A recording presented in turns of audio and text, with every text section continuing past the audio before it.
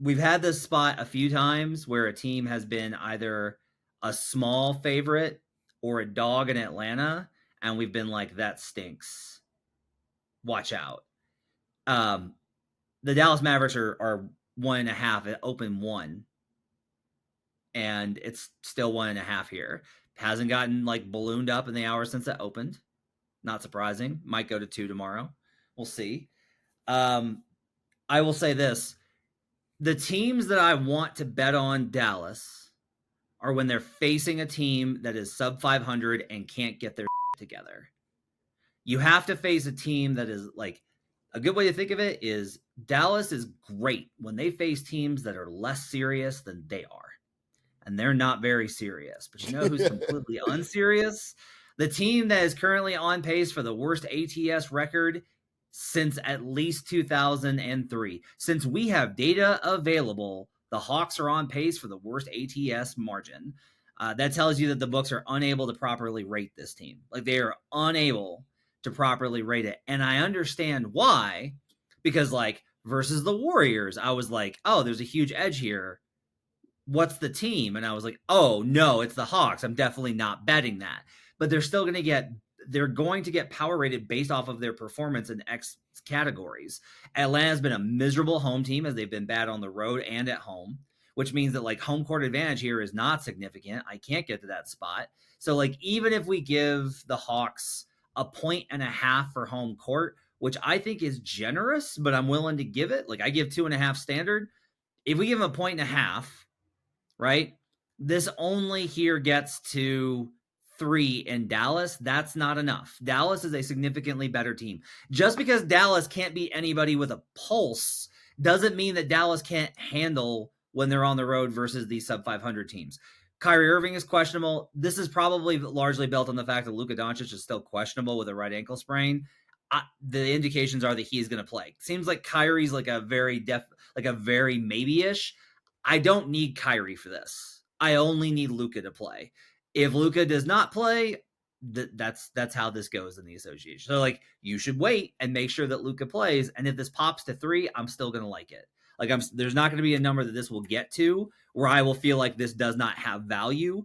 And it's not just like a straight blind fade of the Atlanta Hawks. It's easy to do that, but it's not that.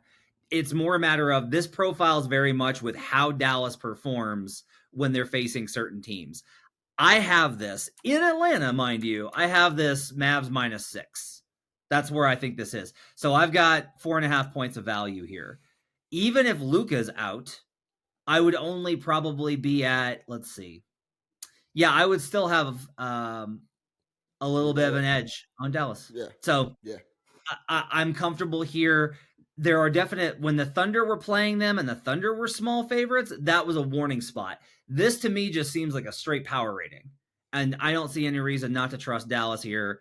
This is the kind of opponent they take care of. I'll lay the 1.5 with the Mavericks. Yeah, Luka's a full 5 in this day and age in the NBA for sure against the number. Just to give you guys the number on the Atlanta Hawks against the spread, they're 11-33 ATS. 11-33, that's 25% against the number. They have been horrendous. Now, I've been down on Dallas from the beginning of the year. I took team total under. I put out a video. I did everything. I'm not a huge fan of Dallas. But coming off of what they just put together against Phoenix and that with the crowd and Luka throwing people out and all that, and the way they just absolutely collapsed in the second half, they looked actually competent and solid in the first half and just fell off a cliff in the last 24 minutes. Luka's frustrated, all that stuff.